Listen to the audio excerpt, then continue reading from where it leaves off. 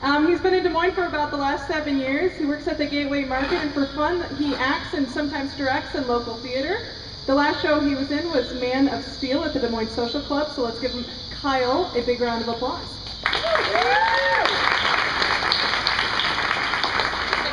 So my title's Cheesy Folds, and it's going to play off my name and what I actually like to do to de-stress, which is origami. I self-taught myself years and years ago when I was a little kid. Found a book at my local library and I played around with it. This piece right here is actually just mirrored sheets of mirror paper. It's about 6 sheets of paper to make that one little canvas piece. It's kind of fun. I have done, hopefully this is, oh yeah, this is the first art show I did in Des Moines. It was retro themed, so the theme was 80s, 90s cartoons and iconic animation from that time. So these are actually X-Men comic books. There was 99 of them that were free-hung in a swarm that you could walk through, walk around. It came from one angle of the room, down, and up into the center.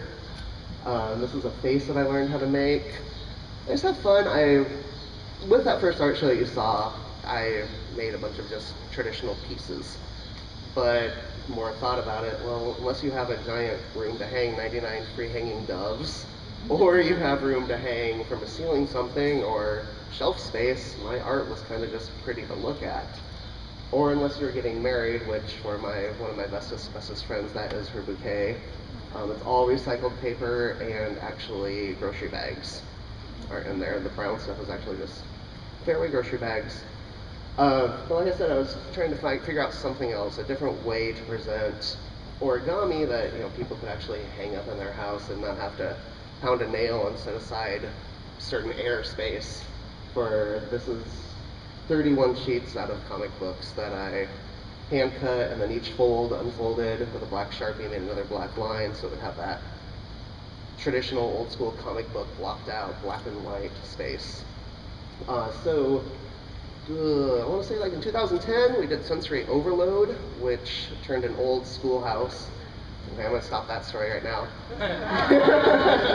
This was what I looked like for Hairball this year.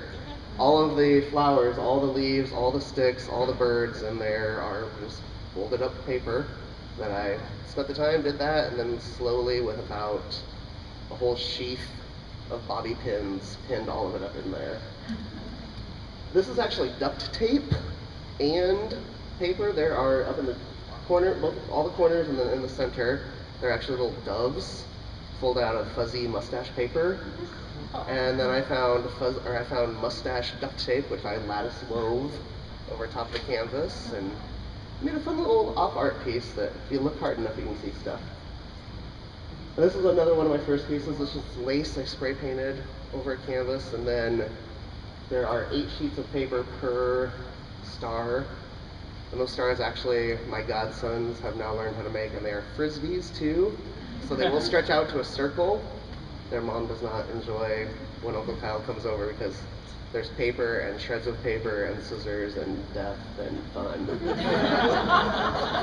Paper cuts are mean, trust me. I mean, this was a piece I made for my cousin. It is an old 1991 Sears Roebuck catalog that we found in our grandma's basement. And it still had all the circles from when her and I sat there and circled like what we wanted. Yeah. This is called Popcorn Bowl. Self-explanatory. Found some. This is a fun piece, but it's different because there's just one sheet of paper to fold and that many times to get that edging, and it's actually a pain in the butt to make. But they're kind of cool. They turn out neat. Made a series of those. There's a petal one and then another one with rocks. This is kind of like the mirror one. It's one day I just decided I didn't have enough paper to finish a star, which is about 30 sheets or so, like that big comic book one I showed you. But I had enough to do half of one, and I thought, well, what would that look like if I just did half of one, mounted it to canvas, and had 3D something, and it actually turned out kind of cool and fun. I missed the state fair by like 2 days to enter into the deadline. but this was my blue ribbon for the fair. I was hoping to get one, but I didn't, so. So I get to next year, because I talked to him, and you get to enter anything. 2 years worth of work counts for the state fair, so this one's not off. I was really bored one day and decided to be crafty and make actually the flying spaghetti monster. Which, if anyone knows the story of Pastafarianism, that they believe in a giant flying spaghetti bean that's going to come down and save us. I found spaghetti paper, googly eyes, a feather boa, and actually a Gateway wine sack to make little meatballs. A friend of mine that I used to work with that now lives in Iowa City loves mustaches. She really wanted a few pieces to take with her when she moved to school, so I thought I must ask her a question. Thought it was kind of a cute one. Again, it's just, oh God, why do I do that? Michael's.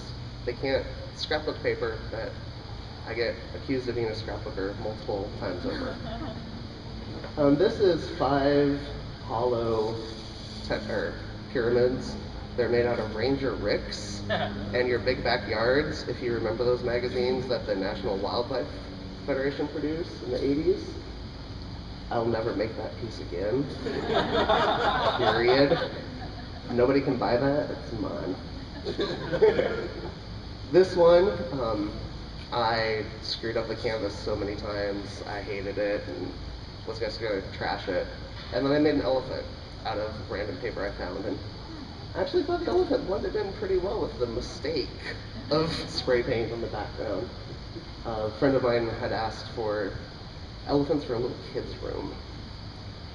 This is another one. There's pyramids actually that'll come out of the corner, or out of all corners, and then there's a pyramid in the center that I painted with actually gold nail polish, so you can still see. And this is just a collage, again, as you can kind of tell from everyone's looks. This is a 91 Sears Roebuck catalog again, for Wish Book.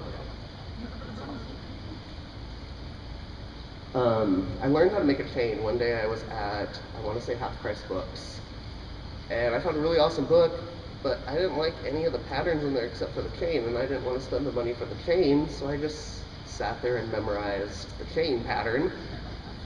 Quit shopping, went home, practiced it, and then decided to try to make something with that and made X-Men chain. This is the To Kill a Mockingbird that everyone had when they were in junior high or high school. They had to read. A friend of mine, a very good friend of mine, he commissioned this for his wife for their anniversary. First play that they saw, or she saw of his, is To Kill a Mockingbird. She's a librarian. So this is doves flying out of it. All those doves are just made out of pages of a book. This is again just 8 sheets of paper that I folded up and then mounted on canvas and painted as a color wheel. I again just playing around, and that's kind of what I've started doing to make it more accessible, and so they can actually hang that on their wall rather than hang, like I said, those previous doves of '99. So thank you.